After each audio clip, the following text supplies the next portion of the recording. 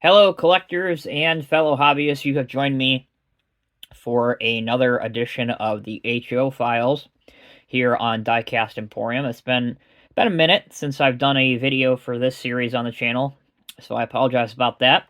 As you can probably tell, I am still dealing with some issues with my mouth, so my voice is going to be, unfortunately, a little bit off, so I ask for your patience and some respect as we are still dealing with some things with that. But anyway, if you are new here, the HO files, what I like to do is create a tabletop display on the review area depicting a scene, which usually has some buildings, some vehicles, sometimes some personnel and accessories that depicts a scene that you would see in the real world.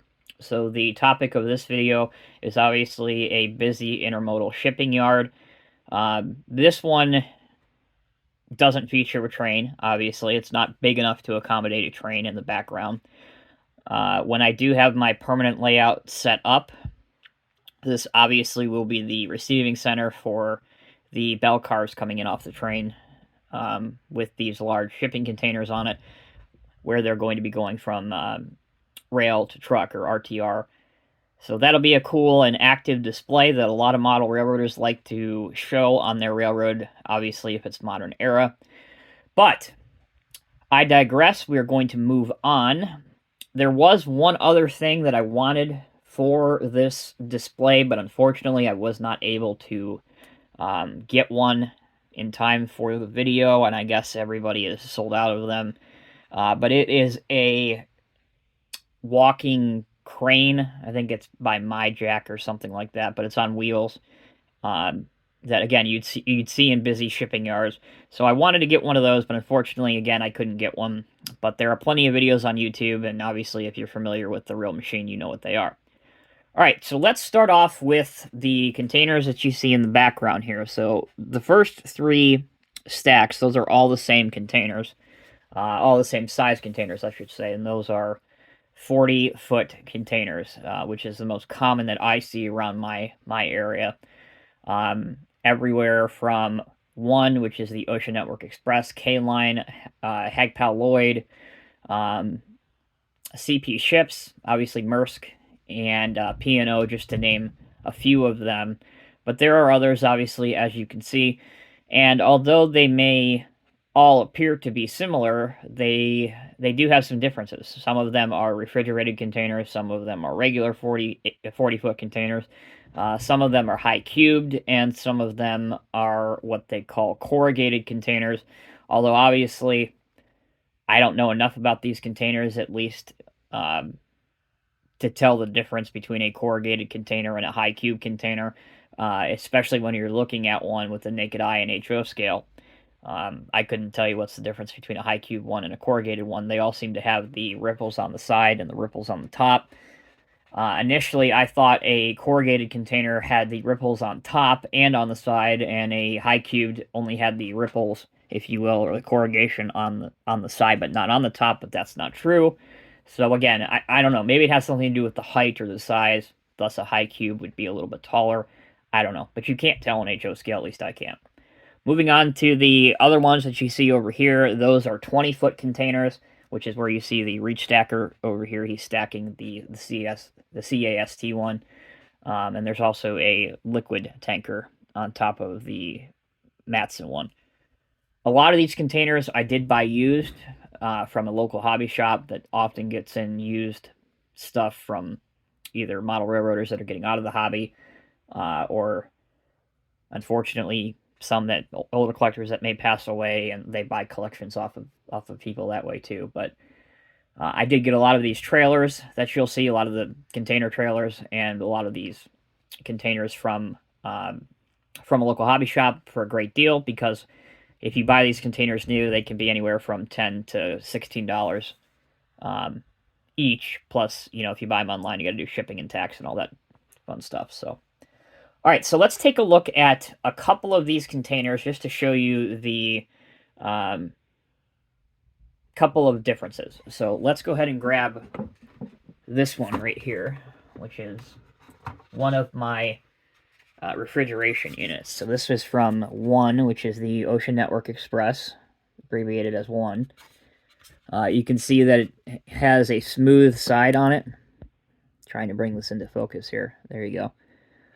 These actually have a lot of detail on them, including your height and your warning labels, decaled all this on the side of them. This gives it away as a reefer unit or refrigeration unit. You can see that on the front of it right there, along with some more casted in detail and decals.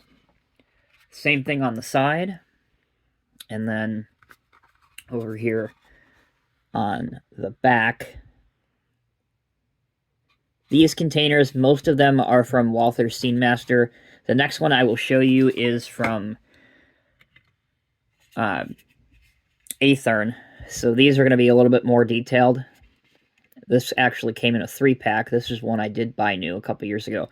And I do believe, if I remember correctly, I think the doors open on these. Maybe they don't. But they are a little bit more detailed. And again, they come in a 3-pack. So this is not a refrigerated unit. This is just a regular 40-foot container.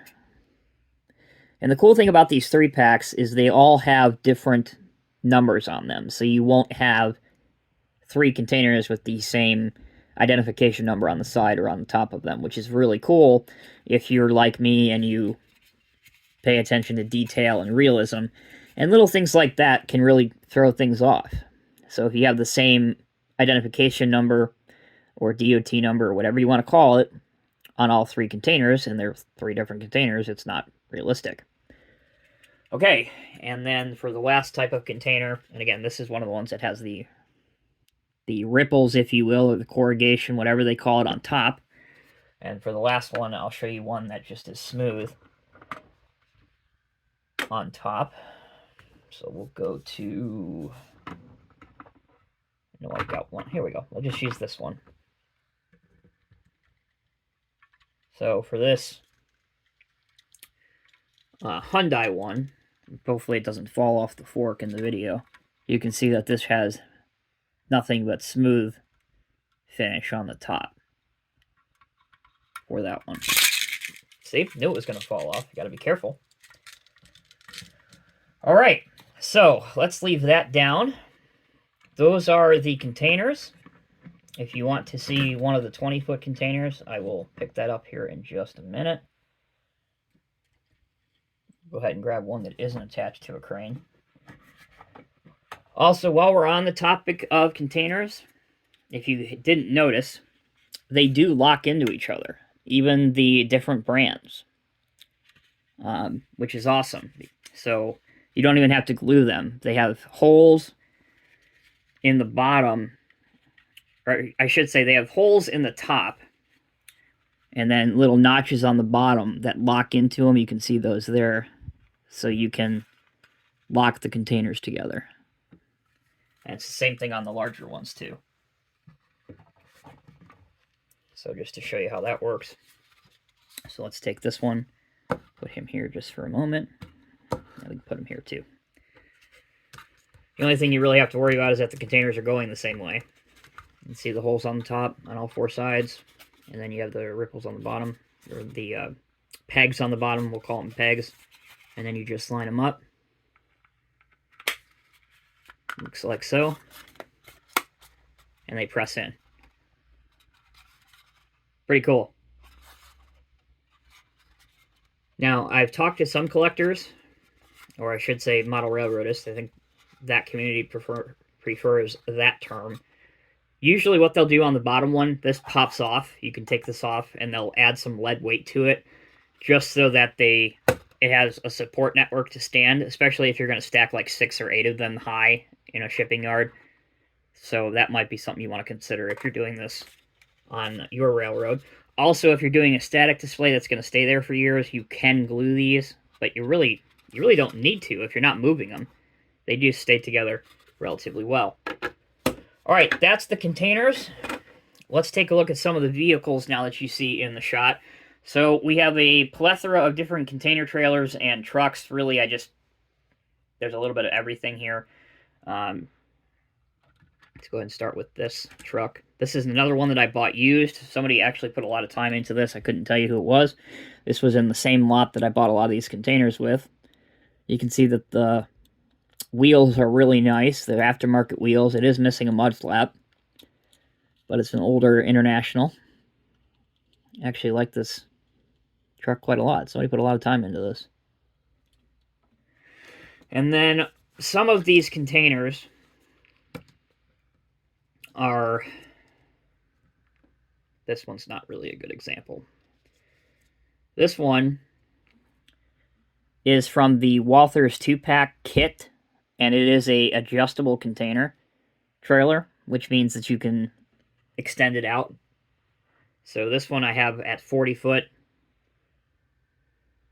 And then the other one that came in that pack, by the way, these are black out of the package. I ended up painting them in this color. And then this one is one that I extended out to accommodate like a 48 foot or a 53 foot intermodal container.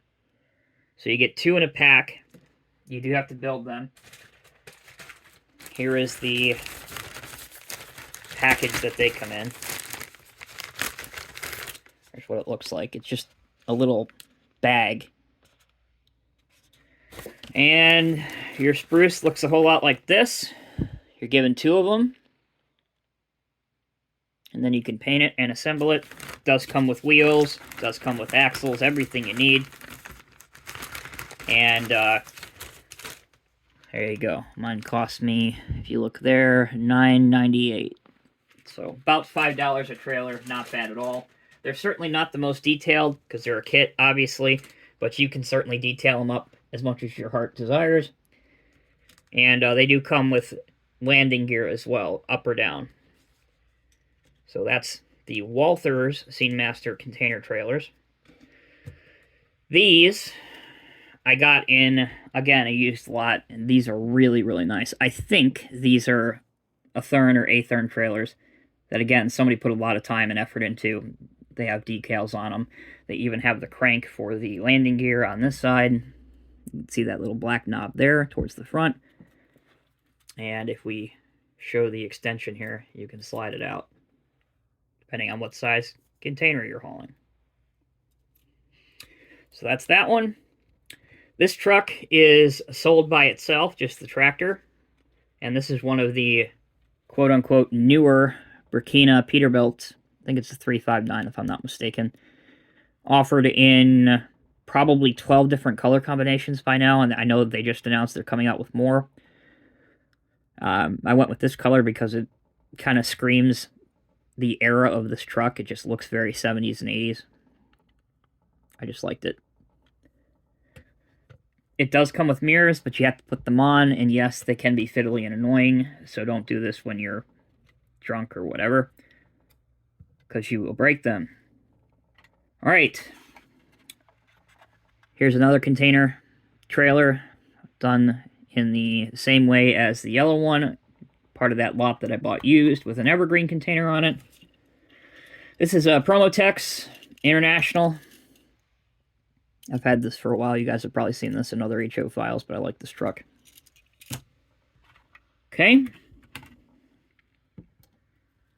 Here's a evergreen line trailer.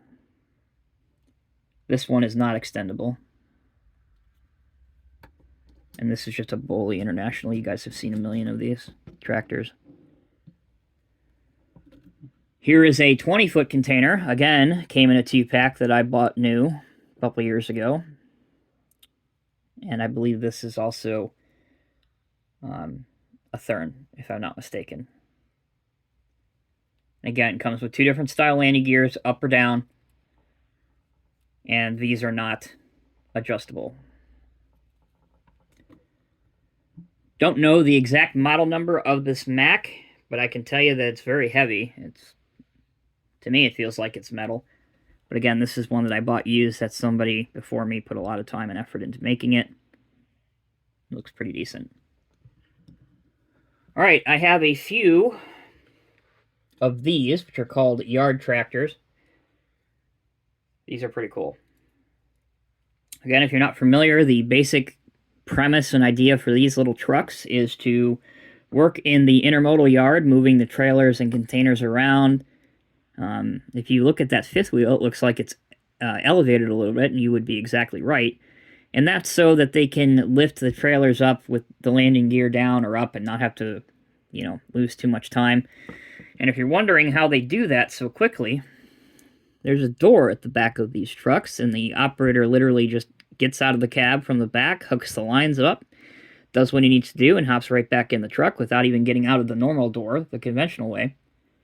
And then once again, we can lower the whole mechanism as well. And there you can see it's now, fifth wheel's now level like you would traditionally see. So that's why you see some of these yard tractors over here with the empty container trailers. Shifting them, working on them, moving them along. Okay. I showed you this before, but I'll show you it again. Here's another black trailer, container trailer. Again, one that I bought used. It looks quite good. That has the Hyundai container on it. So we'll put him back on just to get him out of the way. Here's what it looks like when it's snapped on underneath, too. Here's another new addition to my collection.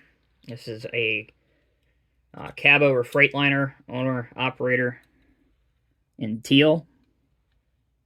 Also by Athearn. Alright, let's end the video with taking a look at the two large container cranes that you see here. These are by Walthers Scenemaster. Originally, they were Kibri kits before the acquisition and all that fun stuff. Alright, so this one you can build with or without the spreader bar for containers. This, I believe, is just called the container forklift, container lift. This one over here that you'll see in a minute can accommodate either containers or trailers. There's parts for both. I'll elaborate a little bit more on that in a minute. Both of these are really fun builds.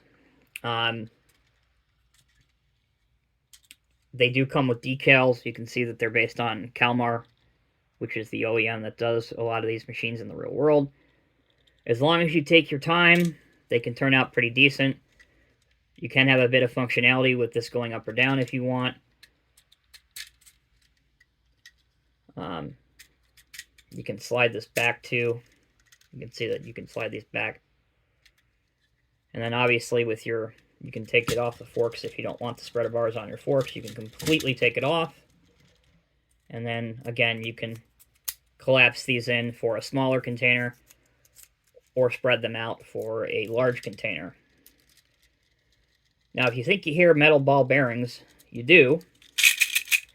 And that's because they give you weight to put in the back here.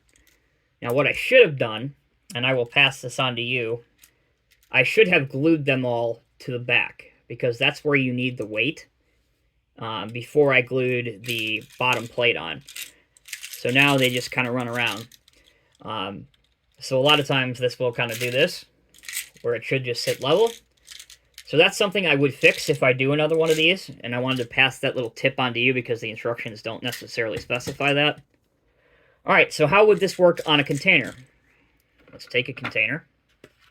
What you want to do is lock these spreader plates onto the sides of the containers. And the way you do that is a little annoying and a little bit fiddly, because you got to make sure you get them on just right or it'll fall over.